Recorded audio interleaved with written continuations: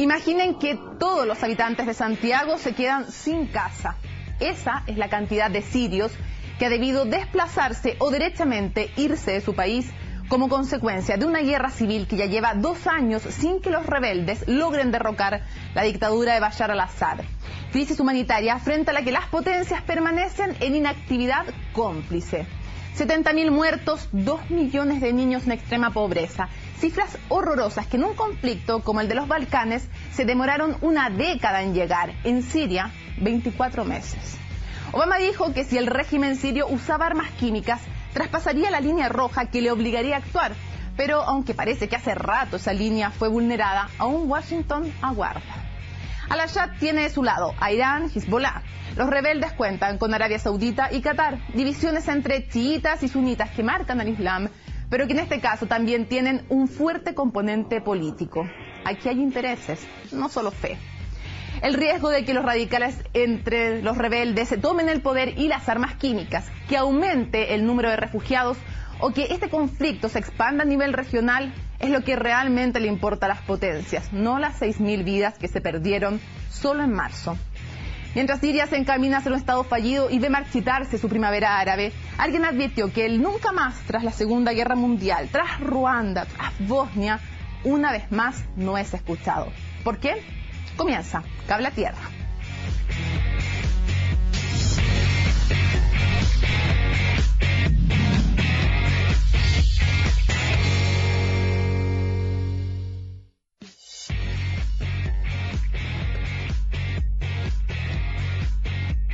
Hola, ¿cómo están? Bienvenidos a Cable a Tierra. Hoy ya lo escucharon, vamos a hablar de Siria. Para eso nos acompaña David Altman. David, muchas gracias por estar con nosotros. Un placer.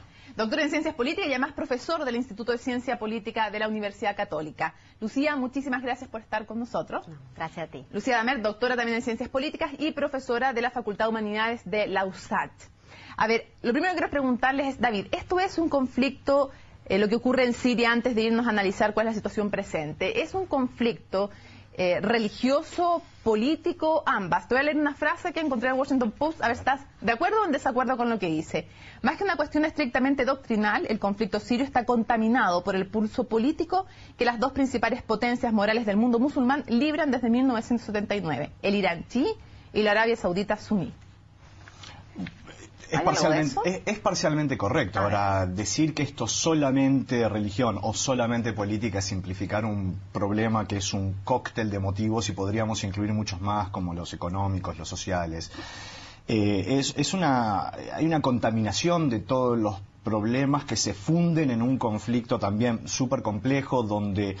Bueno, queda claro cuál es un lado, pero no queda muy claro cuáles son los otros. Va a echar las sales de lo que está claro, digamos, claro, la dictadura. Eso es claro. Okay. El problema es lo otro, ¿no? Y cómo cuajarlo en algo coherente, si es que podemos denominarlo coherentemente de alguna forma, y si queda circunscrito pura y exclusivamente en Siria. O sea, reducir esto a un tema político o religioso es simplificar demasiado la realidad siria. O sea, esto no es solamente el enfrentamiento entre dictadura y la oposición que busca democracia, si es que lo busca, que no lo sabemos, tampoco entonces entre esta minoría chií que gobierna y esta mayoría suní, representando una variedad más impresionante de factores y de actores, ¿no? Estás en lo cierto. Ok. Ahora, ¿en qué va la situación actualmente, Lucía? Porque uno tiene la sensación de que el comienzo de esta rebelión fue más dinámica y que no sé si hay un status quo, si las fuerzas están como enfrentadas sin lograr avanzar para un lado y para otro. ¿En qué está? Bueno, estamos en una situación de guerra civil permanente, donde todos los días hay muertos, donde todos los días hay ataques, donde, como decía David, la información es más opaca que transparente. Hay muchos medios que dicen que el 70% de Damasco está bajo el dominio de los rebeldes, lo cual parece un poco contradictorio, porque si es así y el norte entero está en manos de los rebeldes, ¿cómo se mantiene el régimen? Es además, y en eso sí creo que tiene razón lo que decía el Washington Post, es incrementalmente cada vez hay más muertes vinculadas a temas religiosos. ¿Ya? Si bien en un comienzo esto era, digamos, bastante más político y morían los que tenían que morir de un lado y del otro, incrementalmente el régimen lo que está haciendo es tomando el camino de un conflicto cada vez más entre religioso y étnico con mucha fuerza. Pero además la situación en Siria es una situación geoestratégica. Entonces, cuando tú dices qué pasa hoy, bueno, hoy está Rusia, que juega un rol súper importante, que hasta hace muy pocos días se decía que le iba a vender armas a Siria. Que es aliado del dictador. Que es aliado del dictador. Rusia, que tiene una de las principales, si no la única, base naval ahí. Está Estados Unidos, y bueno, están todos los vecinos, sin duda Israel, y todos juegan roles tan importantes que seguro desbalancean esta relación entre rebeldes y régimen, porque de algún lugar sacan las armas ambos y su poderío. Justamente a eso quiero ir, David. Estamos viendo 4 millones de desplazados, 1 millón de personas sin hogar, 80.000 muertes, por dar algunas cifras. En estos dos bandos, que uno podría, tratando de simplificarlo, decir Bashar al-Assad, respaldado por Irán, también por Hezbollah, la oposición múltiple, fragmentada, como tú decías, respaldada también por Arabia Saudita, por ejemplo, Qatar también. ¿Por qué ninguno de los dos bandos se impone? ¿Por qué ninguno logra darle el golpe definitivo al otro? Bueno, cuando tenés una situación de guerra civil, es muy difícil que un lado se imponga totalmente al otro, salvo que sea absolutamente desbalanceado. Al empezar toda la revuelta 2 años atrás, comenzó a haber una defección del ejército sirio y muchos de estos integrantes pasaron a la resistencia. Y se formó esta suerte de paraguas organizacional donde nadie domina a nadie y hay un problema de acción colectiva. Y también el propio presidente tiene dilemas de dominar a sus cuadros perfectamente, porque no en vano se le siguen yendo algunos. Hay un empate técnico y todavía no se sabe para qué lado se va a desbalancear. Yo creo ¿Influyen mucho estos apoyos externos en que la cosa se mantenga como que no avanza, como que estuvieran enfrentados y no...? Por cierto, porque ningún lado quiere realmente desbalancear este equilibrio y quedar como el obvio aliado de uno. O sea, no creo que Rusia quiera quedar como el único aliado de Bashar al-Assad. No creo que Estados Unidos o las potencias occidentales quieran quedar como los únicos que apoyan la resistencia. Entonces lo hacen medio a cuentagotas, como ha sido siempre en Medio Oriente. O sea, no es que haya una ayuda masiva, frontal, abierta y pública. Son de a poquitos. Otro estado que es importante dentro de lo que tú mencionabas y que no hemos mencionado hasta el momento es Turquía. Quizás es una de las piezas más críticas dentro de este tablero de las potencias de alcance medio en esta zona. Particularmente por haber recibido más de 500.000 de refugiados. Dicen que están al límite entre Turquía, Jordania y otros que están pero al límite. Están colapsados y por supuesto con respecto al uso de armas químicas... No, eso te lo voy a dejar en pausa porque ya viene, porque antes te quiero preguntar una cosa, Lucía. ¿Por qué? Con todo este panorama que nos ha descrito David y con lo que tú también has agregado, ¿por qué Occidente no interviene en forma más categórica y más radical, como si lo ha hecho en otras ocasiones?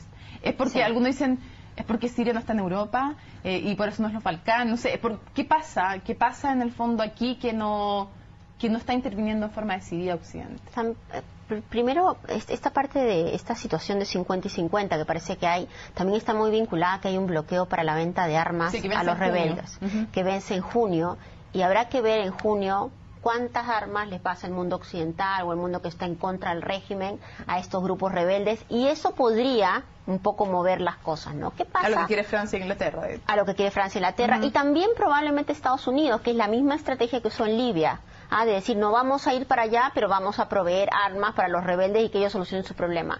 ¿Qué pasa con el mundo, digamos, con el mundo que mira estas matanzas diarias en Siria? Bueno, por un lado tienes a Obama en Estados Unidos con una crisis económica enorme, con hartas promesas de salirse de las intervenciones internacionales en sus dos programas de gobierno, que está además con el sino norteamericano de haber entrado en un país bajo el pretexto que habían unas armas que no habían. Entonces dice, bueno, si usan armas químicas, ahí se pasa, digamos, ahí se pasa una barrera, pero realmente no confía en aquellos que están diciendo que hay armas químicas. Justamente ese es el tema. ¿Qué sabemos, David, dentro de lo que se puede saber en una dictadura, de lo poco que se puede saber en una de las dictaduras más cerradas? No sé, se me ocurre Corea del Norte podría ser más cerrado que Siria, digamos, para hacer una comparación. ¿Qué podemos saber de estas famosas armas químicas, para que hablemos un poco de eso? Gasarín, gas mostaza, ¿qué tiene realmente Bashar al-Assad y cuánto riesgo hay, por de pronto, de que las use, pero también tal vez de que caigan en manos que también sean complejas, desde Hezbollah hasta parte de los más radicales dentro de los rebeldes? Bueno, eso fue uno de los grandes problemas que hubo con el desmembramiento de la Unión Soviética, ¿no? ¿Quién se quedaba con las ojivas nucleares y cómo controlar que no cayeran en malas manos? Creo que en parte la intervención de Israel este último fin de semana se debió justamente a ese tema de los famosos misiles que iban al Hezbollah hacia el Líbano. Con tal de que no lleguen al Líbano. Con tal de que no lleguen a Hezbollah. Cosa que es increíble, porque si uno se pone a mirar fríamente, Bashar al-Assad logró lo impensable, que es unir la hermandad musulmana con los israelíes, ¿no? Que en última instancia están peleando contra el mismo, tienen un enemigo común, y eso es Medio Oriente, ¿no? Ese entramado complejísimo. No hay enemigos permanentes, hay intereses permanentes. Una frase quizás, famosa. exacto. Ahora, que han habido usos de gases, por ejemplo, aparece que hay indicios de que efectivamente ha habido, pero la comisionada de Naciones Unidas, la misión especial, dijo que hay fuertes indicios, pero todavía no lo tienen 100% demostrado. Quizás porque Obama le dijo no demuestres nada. Es un poco lo que decía Lucía. Eso es lo que uno se pregunta. ¿Realmente no saben o no quieren decir claramente? Porque si lo dicen, obligan a Estados Unidos a intervenir. Vamos a ver qué dice Turquía estos días, porque Turquía está analizando muestras de sangre estandarizadas en muchos de estos refugiados, una muestra representativa de esta población, ya es una población, y va a ver si esta gente fue víctima o no de gases. Turquía dijo, donde haya, nos metemos. Ahora, eso también tiene que ver con este juego de amenazas y caminos. Y hace muy poco se dijo que ciertamente Corea del Norte había detonado una bomba nuclear porque habían encontrado unos químicos en el aire, y sin embargo la respuesta internacional, que había dicho que si hacían algo con temas nucleares se generaba una intervención, pasó muy colada, ¿no? También yo creo que parte del problema es que Europa, principalmente, y Estados Unidos, han enfrentado una crisis económica de proporciones, y que entrar en el Medio Oriente es probablemente entrar para quedarse un tiempo muy largo. Esto no es llegar, sacar el régimen, porque además es tan problemático el régimen como lo que viene después del régimen.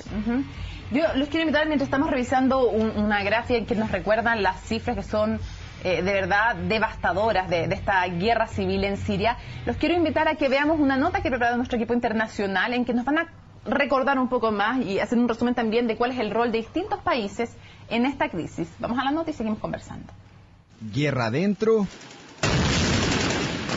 y también fuera de Siria.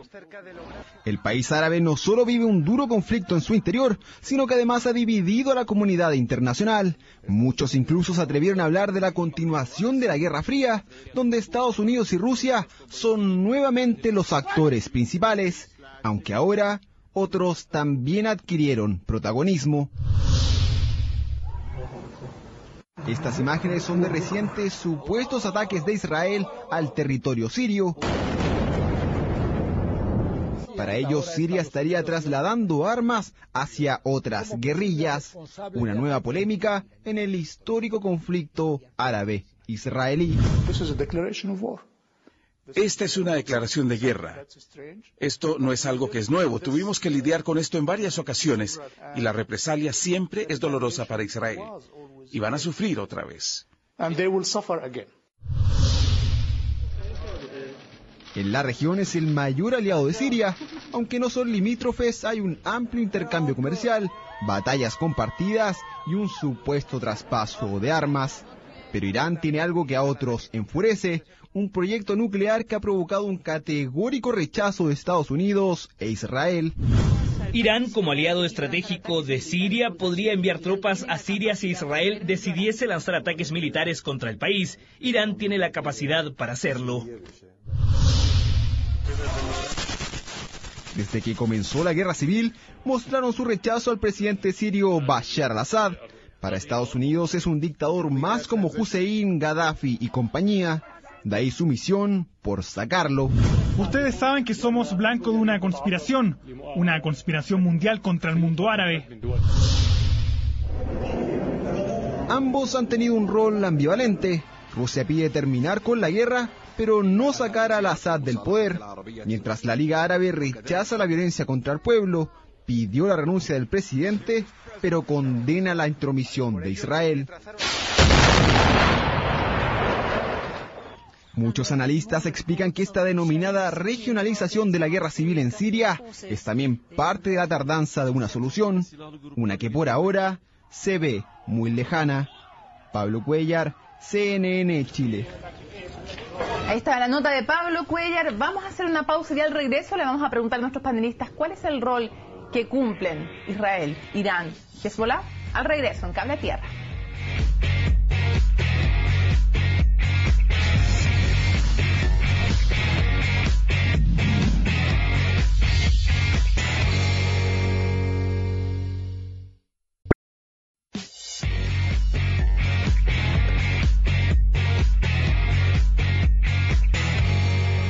Continuamos en Cable a Tierra, lo habíamos dejado anunciado.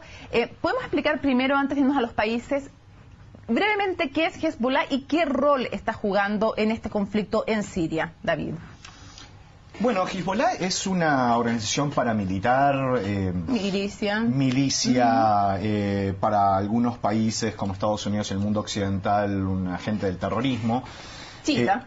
Chiita. ¿Y qué rol juega? Bueno, en cierto sentido es uno de los brazos armados más leales que tiene el régimen de Bashar al-Assad, justamente por la intervención y la influencia que tuvo tradicionalmente Siria en el Líbano. No hay que ¿Dónde está la base? ¿Dónde está la base de Hezbollah? No hay que olvidarse que el Líbano para Siria es una provincia más. O sea, un apéndice, y se fueron hace 10 años después de no sé cuántas decenas de años de ocupación. Entonces, como acá hay una alianza muy importante de apoyo mutuo, y no en vano creo que el ataque israelí, o el supuesto ataque israelí, porque Israel, lo hablábamos recién, no reconoció ningún ataque, pero ese supuesto ataque era para frenar el traspaso de misiles iraníes al Hezbollah vía el régimen de Bashar al-Assad. Claro, porque además hay que reconocer que el objetivo principal de Hezbollah es terminar con Israel. Claro. Entonces, que tiene como meta principal esa, entonces ahí es donde entra toda esta situación de olla a presión, ¿no?, de la región. ¿Cuál es el rol entonces, de inmediato hay que preguntarse, en este conflicto de Israel? Y si yo entiendo cuál es el objetivo que nos explicaba con este ataque no reivindicado, pero que algunos atribuyen a Israel, de evitar que vayan a estos armamentos. Ok, pero no le está dando también una excusa también a Hezbollah para que apoye a al-Assad, que ya lo apoyaba, pero había disidencia también interna, hubo algunas críticas internas, porque tampoco es fácil ser el apoyo de un tirano. Entonces, o que otros se sumaran al apoyo, o los ejes ya están tan claros que da lo mismo si tú te metes o no.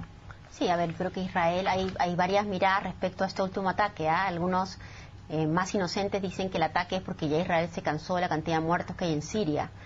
Otro un poco más racionalista, claro, otro más racionalista dicen que en realidad eso no es así, que lo que está pasando acá es que Israel empieza a ver que vía el proceso de Siria, Irán empieza a fortalecer Hezbollah, y como te decía, Hezbollah está pensando principal y único objetivo terminar con el Estado de Israel, que le llama el Estado sionista, digamos, tiene una serie narrativa en ese sentido. Entonces Israel empieza, y no en raro sale todo el tema de las armas químicas, Israel empieza con una narrativa muy fuerte, tratando de decir, acá no solamente hay un problema interno de un país que tiene que resolverse, sino que esto está generando un problema de seguridad en la región. Es una presión para Estados Unidos también. Pero por supuesto, porque además no hay que olvidarse que la colonia judía en Estados Unidos es una colonia económica y políticamente muy poderosa.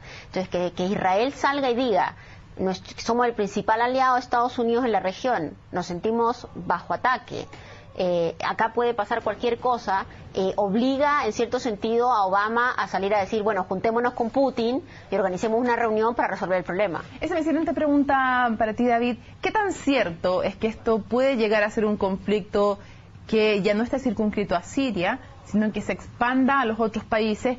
Y cuando hablo de expandir no me refiero solamente al tema de los refugiados, que es impresionante, es impresionante el nivel de refugiados con países de verdad colapsados, como decíamos antes, con la cantidad, no solo Turquía, también otros. ¿Puede expandirse un conflicto regional en que termine involucrándose en varios países? Sí, se puede.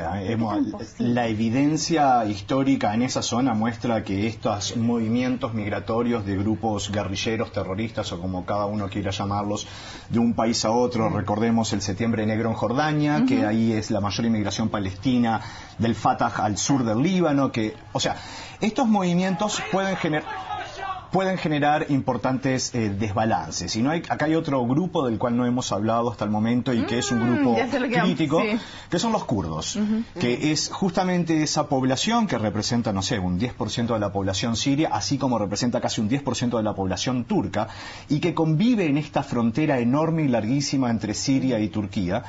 que ahí tenemos gente armada hasta los dientes, gente que también está dispuesta a jugársela contra los dos en ese sentido, ¿no? Tanto contra el gobierno de Ankara como contra Bashar al-Assad. Acá estamos hablando de fronteras que son, para ponerle un nombre, medias carnales, ¿no? Están cara a cara, el Golán separa a Israel de Siria, se ve... Uno literalmente ve un país desde el otro. Sí, por supuesto. Uno puede ver Siria, Líbano, Israel parado, o sea, hay una triple frontera ahí muy complicada. Entonces, todos estos movimientos en sí no hay que desestimarlos, más allá de la crisis y lo pavoroso, lo humillante para la condición humana que es esta cantidad de gente muerta, o sea, hablábamos de los niños, pero hay 7.000 cada día. Es impresionante, 7.000 refugiados cada día. Es una locura, un país de 20 millones, un poquito más grande que Chile, y imaginémonos que todo Santiago se hubiera movido, como dijiste tú muy al principio. O sea, no hay que desestimar la posibilidad del goteo, del trasvasije de un conflicto por el momento, relativamente muy contenido en las fronteras nacionales de un país. También. Ahora, yo creo que mucha gente, o sea, la enorme mayoría de estos agentes que hemos mencionado no quieren que el trasvasije, justamente quieren contener esto. Es como Corea del Norte un poco, uno podría hacer un paralelo en el sentido que China no quiere la ola de refugiados, no quiere tampoco que caiga el régimen. Ni Ankara, ni Beirut, ni Jerusalén, ni Amán quieren que esto... Hay veces que los dictadores son convenientes. Bueno, muchas veces. Imagínate. Sí. Lucía, una pregunta. Quiero meter a otro actor también aquí, que es un nombre que nos interesa que la gente vayan teniendo como en mente nuevos nombres de movimientos, agrupaciones. Jabhat al-Nusra, tal vez los más radicales dentro de los rebeldes. Y te lo quiero poner ahí sobre la mesa porque uno se pregunta, ¿qué tan cierto es que los grupos más radicales entre los rebeldes pueden tomar el poder, y hay mucho temor respecto de qué pueden hacer con las armas químicas, hacia dónde puede derivar el país? O sea, claro, Bashar al-Assad puede irse, pero ¿quién toma el poder? ¿Y qué significaría que un grupo como Jabhat al-Nusra, mucho más extremo, mucho más radical, pero que también ha dado orden y seguridad en algunos lugares donde no lo hay, hasta servicios básicos, pueda tomar el control? Sí, ahí yo creo que es tal vez de las preguntas que es imposible responder, porque todo lo que sabemos de lo que está ocurriendo en Siria es básicamente a través de los canales de información occidentales. Hay muy poco, si tú vas al Jazeera incluso, la cobertura es una cobertura bastante más sesgada. Entonces sucede con los rebeldes en Siria, que hay un cierto romanticismo respecto al tema de la primavera árabe, que en realidad se está buscando democracia, pero al rato, cuando ya empieza a haber enfrentamientos, muertes, matanzas étnicas, matanzas ideológicas... Acusación de que ellos también han ocupado armas químicas. Múltiples acusaciones, entonces ahí empieza como a disgregarse esta idea más romántica y empiezan a aparecer también nuevas amenazas. Dentro de esas amenazas son estos grupos radicales, pero ¿qué ha ocurrido en otros lugares? Cuando hablamos de Libia también aparecía, digamos, los fantasmas que lo que podría pasar es peor que lo que hay. Porque siempre existe una dictadura también. Pero más que las dictaduras, yo creo que hay como un análisis real. Cuando tú tienes una guerra civil, tú tienes supuestamente dos que se pelean. Y acá no necesariamente es claro que son dos que se peleen. Tú tienes el régimen y tienes un montón de gente inorgánica que responde a cosas políticas, ideológicas, étnicas. Entonces, es muy probable que el desafío de Siria en el futuro sea muchísimo más grande que lo que uno está viendo hoy en día. Reconstruir ese país con todos los problemas que tienen otros países es probablemente un enorme desafío para todos, ¿no? Para cerrar, David, última pregunta, se nos acaba el tiempo. ¿Crees tú que esto va a ser una salida negociada, si es que eso es posible, que las dos partes negocien? ¿O cuánto tiempo más puede resistir este país que se ha quebrado en su tejido social, infraestructura, productividad? ¿Cuánto más puede resistir este status quo? A ver, lamentablemente estoy casi convencido que los países siempre pueden ir para atrás. Aún más, siempre puede ser peor. ¿Qué va a pasar en un futuro? Me es imposible decirlo, no tengo la información, no conozco creo que nadie lo sabe, y también va a depender de muchas de las cosas que habíamos mencionado, o sea, el verificar o no que se han usado armas químicas, que según Estados Unidos es la línea roja, que según Turquía también es una línea roja, y que según los israelíes también es una línea roja. O sea, parece que Occidente las armas químicas no las va a tolerar, pero también sabemos que tampoco quieren meterse y no saben cómo hacerlo. Entonces, ¿en qué medida cuaje esta oposición? ¿En qué medida esta oposición tenga capacidad de accionar colectivamente y lograr una respuesta viable a esta dictadura brutal, una dictadura brutal, pero que sea una respuesta coherente y ordenada para empezar a rearmar un país que está literalmente destruido. Entonces, creo que no estamos en condiciones de hacer un vaticinio, ni siquiera de apostar un 50-50, no, es muy difícil. Lamentablemente no hay un horizonte tan claro que nos permita ver qué va a pasar ni siquiera la semana que viene. Pero es posible que sea un proceso largo de conflictividad, eso a pesar que lleguen a un acuerdo. Eso estoy casi seguro que sí. Lo poco que podemos ver pasando todo sí, esto. lamentablemente. Si nos acaba el tiempo, les agradecemos muchísimo, Lucía, David, muchísimo a los dos que hayan estado en Cable a Tierra. Muchas gracias. Un placer. Chao, muchas gracias. Solamente una frase para terminar. Lo leí en algún medio internacional y solamente hacía una pregunta al final, una editorial, y decía: ¿hasta qué punto serían distintas las cosas si Siria estuviera en Europa y Serbia en Oriente Próximo? Nos vemos en un próximo Cable a Tierra.